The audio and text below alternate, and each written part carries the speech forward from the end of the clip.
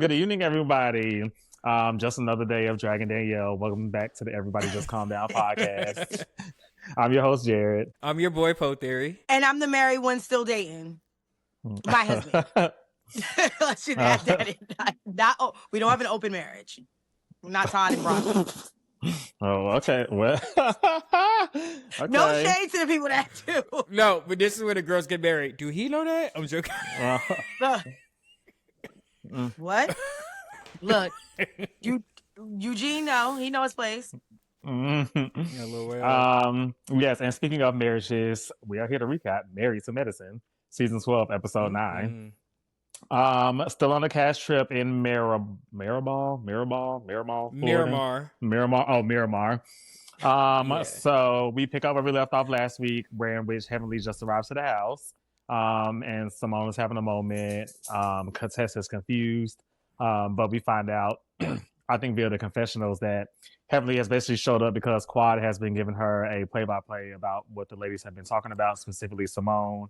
So Heavenly decided that she should show up and hear everything for herself. I didn't see anything wrong with that. I feel like people will have a problem with that.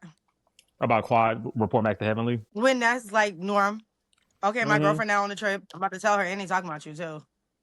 Yeah. I mean, I'm not the biggest Heavenly fan, but yeah, I don't see anything wrong with it. Yeah. I mean, and at the end of the day, we got to keep the show going. Hello.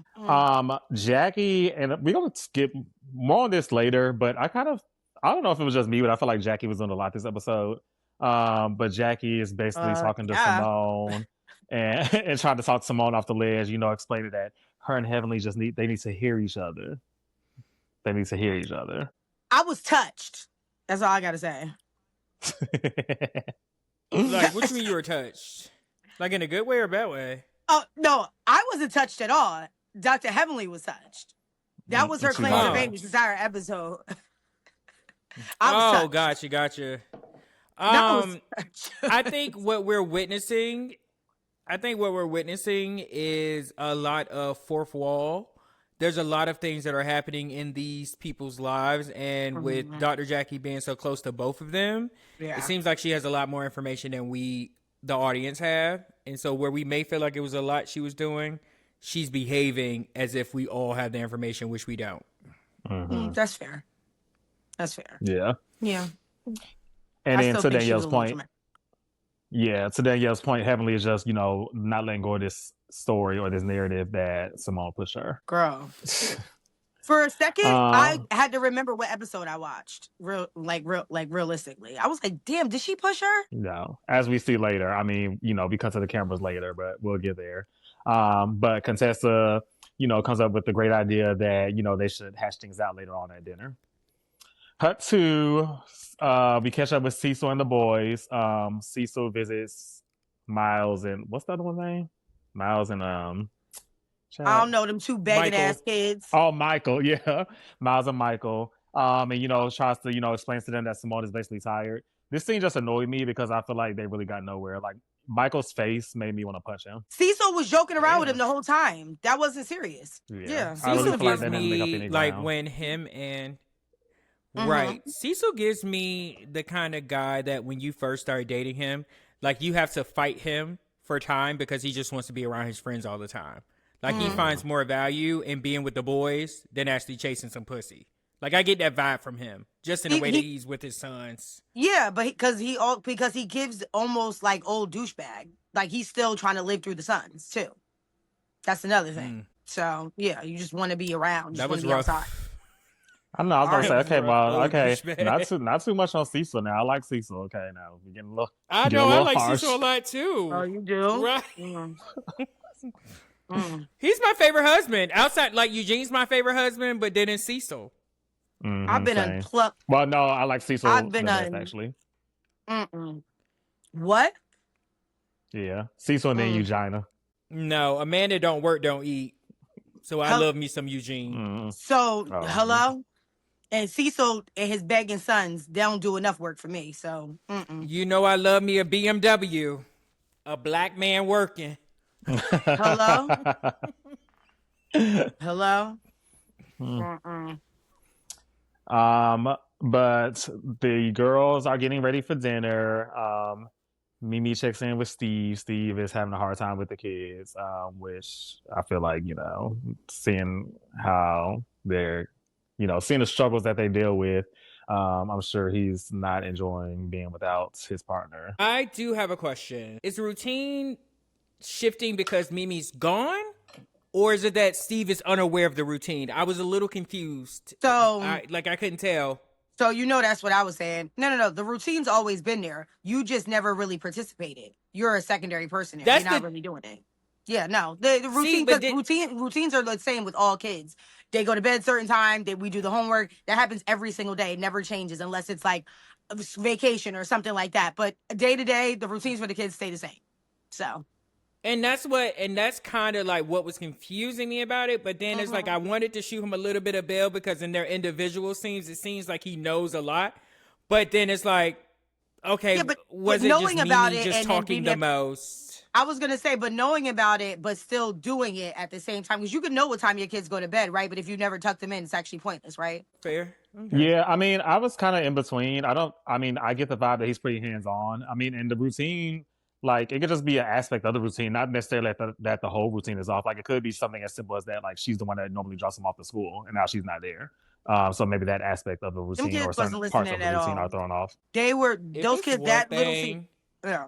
If it's one thing that Miss Jerisha is going to do, is defend that couple. Like, she love that couple, girl. You do fight hard for them, she be fighting for that life with that couple, girl. Okay, Jesus. so later on in the episode, Mimi did start to get on my nerves, and so I was gonna specifically ask you about this situation later. But we'll get there. Let's hurry up and get to it because I gotta hear this. Actually, we're almost there because the girls gather for dinner. Side note, what's her name? Even though she annoyed me last week, Angel. That's a bad bitch. Gorgeous. Okay. With a caveat, though, what was up with that suit, that baddie suit she had on? Like, there was a couple baddies outfits on. I'm not gonna lie, because Quad had one on too, that hot pink with the cutouts in the front. No, but that looked good on Quad. I'm talking about Angel looked like she had a suit, like a suit, but she said, but make it baddie. And like I was just looking like I'm confused. Where is she going? Is she going to the club? It's like the girls can't really turn the thought off. You can wear it in the daytime and it can translate to nighttime. That's what that day was to night. Me. Yeah, no, that was one of her basketball wives outfits. Right. Change of a shoe. Right. Dreeder.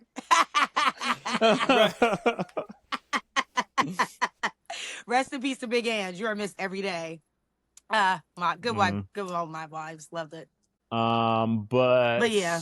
I like it. Okay, so anyway, the girls got it for dinner. Contessa calls attention to Heavenly, is kind of asking her, what was the delay? I didn't know you were coming. And Heavenly mentions that she didn't want to come because she didn't want any bad energy. Energy is a big thing on this trip. But Heavenly didn't want to be around any bad energy. Contrary to her saying before, allegedly, that, she felt threatened and intimidated, I guess, by Simone being so unhinged. I was touched. Shut up. My handwriting is ridiculous. Footage. Okay. But then speaking of, her being such or not such, they do mention that, this is on camera, and then they do cut to the footage where Simone is proven right because she just moved that lady's hand off her, and that was it. And rightfully so. Said it the exact same way that she said it. Not only that, Heavenly's energy was incorrect the whole time. When Simone was trying her hardest to have a conversation with her at this dinner table, even though she did not want to have the conversation and people kept forcing it. I don't know if you guys could hear it, but she kept saying, well, you can get up and go. Yeah, I did say that. You were these things. And she kept repeating it. Dr. Heavenly normally gets on my nerves in a very, whatever passive way. But this, she, really got under my skin this episode. Yeah. I did not like her. You know why? And also, Dr. Mimi got under my skin, too. Yeah, she did as well. But this is the thing. Dr. Heavenly, she doesn't try to receive anything. And then when she does, she picks and chooses when. It gets never at the proper time. That's what it is. It never lands with her. And so it's when she does get emotional and we do get a breakthrough from her, it's almost not really believable. I can't see past. So I don't know. I wonder, do I know anyone like that? What? Like what? At least Dr. Heavenly will eventually get a breakdown, bitch. Not from you. Oh, bitch, I will never break down. For what? No. Anywho, carry on, Jared. Exactly. So Cheers for children. as the disagreement continues, Simone decides to leave the table because they're not getting anywhere.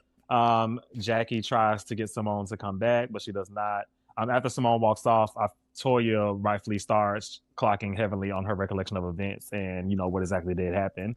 And this is where Mimi got on my nerves because she asked Toya not to intervene, and I was like, "Oh, this gonna piss Aaron off," and it annoyed me. Again, first of all, you're new.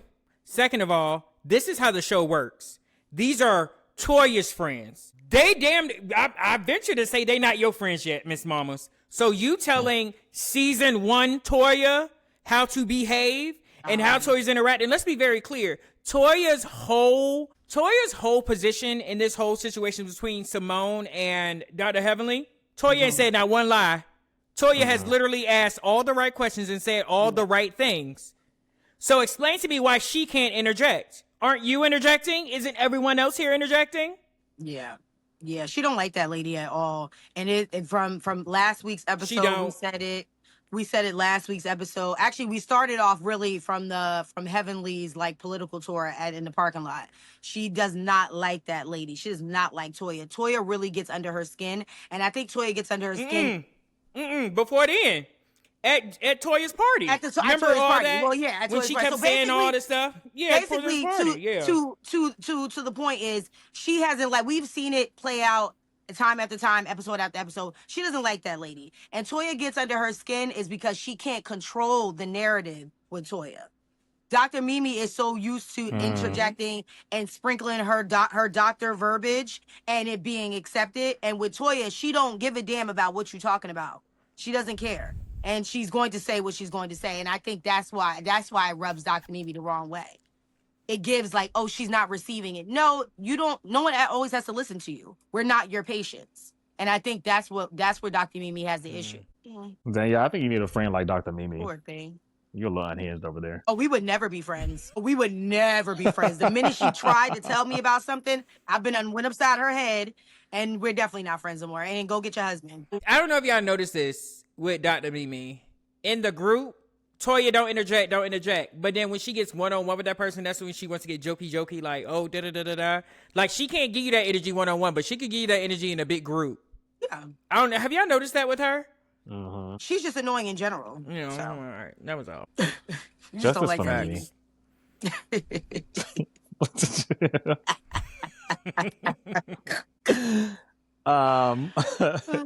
But eventually Heavenly steps outside.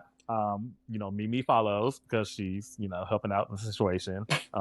Miss Mediator. But then the girls basically split up into two groups between Simone and Heavenly, and we just get a full come to Jesus between the two groups. This is when I really felt like Jackie was just doing a lot. I just didn't know where all this emotion, what all this was going on with her. Yeah. But we also do have to remember that Dr. Jackie is the weenie out of the group, and she will cry first, and she will try to get a breakthrough and a breakdown with anyone. So I was like, you are doing a lot, but I'm I had to remember, if anybody were to break down on this trip, it would have been Dr. Jackie. Let's be real. Or try to mend fences. It would have been her. Yeah, I just go back to saying, again, it's more fourth wall shit that we don't know about. Because it just seems like it's so ratcheted up. I can't really think of any other situation on this show that is dissimilar between the literal physical fight with Mariah and Toya.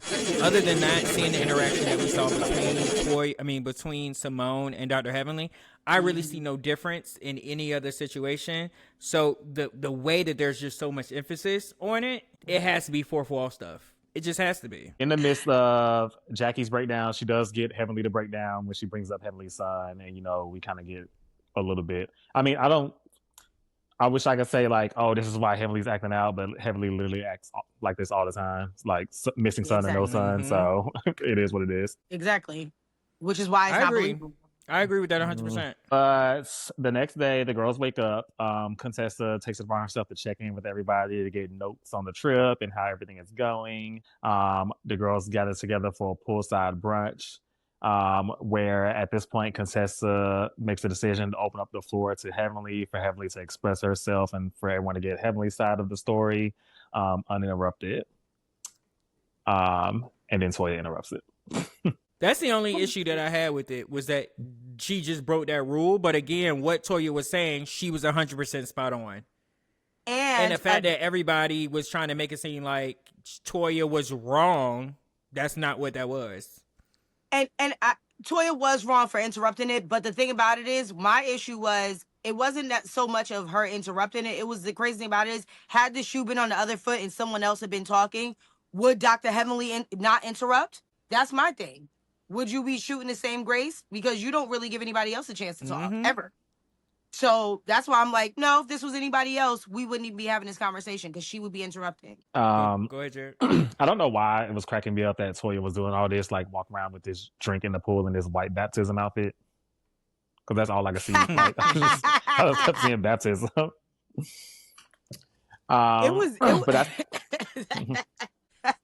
I'm laughing because Dr. Mimi was like, well, what is she drinking? Tequila or wine? Oh, and that was the other thing, too, that irritated me. Don't count my drinks. I'm grown. Ever. Especially not on vacation. Please don't count my drinks. Especially not on vacation, but just in general, don't count my drinks because, again, like there's this narrative out there that apparently you have a problem with drinking if you get, like sad, or if you get angry, or if you start to switch up. People will say like, oh, you have a drinking problem. And it's like, no, I have a problem when I drink. I don't have a drinking problem. There's a difference, bitch. Let's be very clear. Well, I mean, we're not caring. You know what I mean? It's like, we're not down bad. I prefer narcotics. But anonymous. I ain't like that. Like, don't count my drinks. Yeah, I don't like it. Shut up, Jared. Angel also intervenes, trying to get Toya to pipe down a little bit so they have a little tit for tat a little bit. Speaking of which, I think we have a comment related to these two individuals based off of some previous conversation. So let's take a moment to talk about what was said. What was said? I said what I said, and I'm not changing on it, okay? All right, so we have a comment from Tobias Kelly, 1993, from Mobile, Alabama, because anybody that's trying to tell me I'm wrong, they got to be from the backwoods. I'm a man, and I agree with Danielle, laugh my ass off. High value man. What makes him high value man? Cause his money. Angel got her own coin. Same way he could be doing him while dogging Angel out, laugh my ass off. Nobody is above anyone. I don't even know why I hearted that comment. Don't do that to Tobias. Hey, Tobias.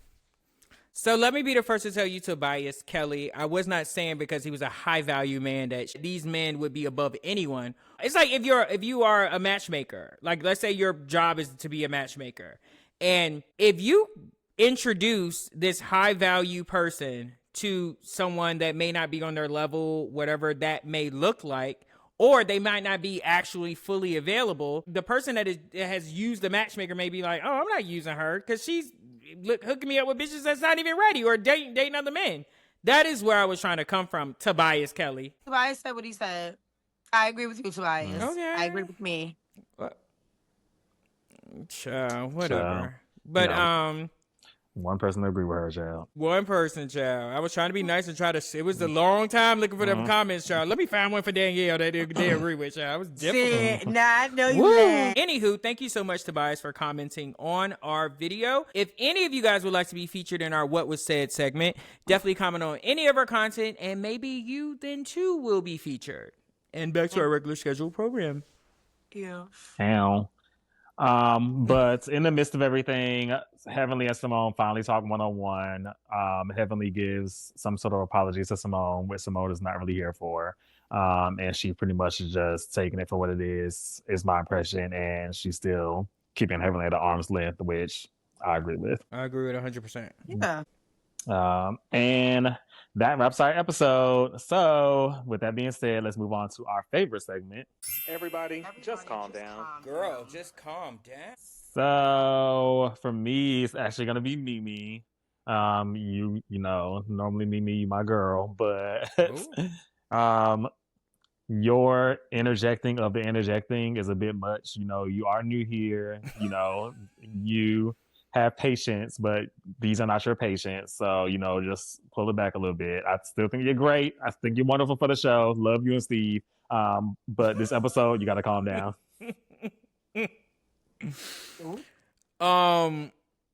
For me, it's actually going to be Dr. Heavenly. Dr. Heavenly, at every turn, did not want to reconcile with Simone. She, even when they got to the point where they were all outside and Simone asked her, hey, is it okay if I take notes? And she said, I don't give a F what you do. I feel like at that moment when Simone was trying to be funny in that way, that was a slight olive branch to like lessen the tension. And here comes Dr. Heavenly being fee-fi-fo-fum, acting all aggressive for no reason. That's one. And also too, for Dr. Heavenly to be able to go and just go for the jugular when it's talking about other people's husband, and the fact that we know that Simone said on a previous episode, would she like if I did the same thing to her? If I truly told my feelings about what I think her marriage is like and everything going on. And what did Cecil do? No, we're not going to do that. We're not going to be those people. Basically saying that we are better than that. We don't behave that way. So really, if I was Dr. Heavenly, I would watch out, because the way she said that Jackie knows so many things that no one else knows, I think Simone knows those things, sweet. So you better watch out. I'm actually torn between two people, and both of them may surprise you.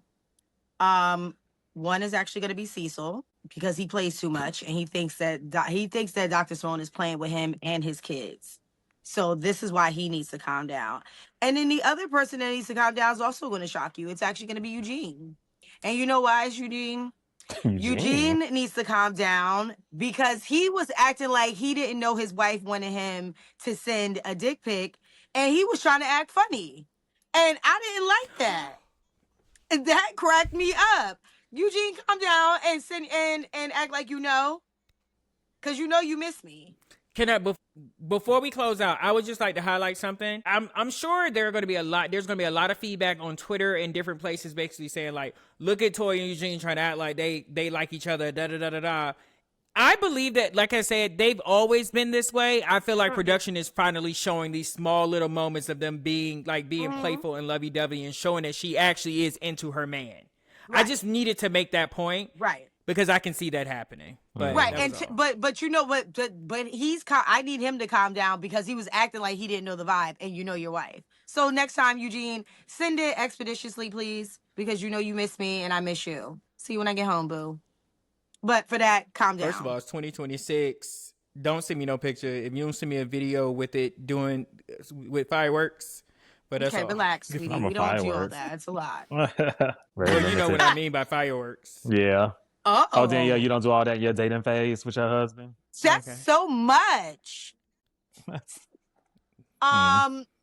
boring. Close this out, child. Not really, but guess I'm a prude. Well, that wraps our episode. Thank you, everybody, for tuning in. Don't forget to comment, like, and subscribe if you have not already. We look forward to seeing you more this week, because we have a lot more things coming, so stay tuned. Peace out. Peace. Bye.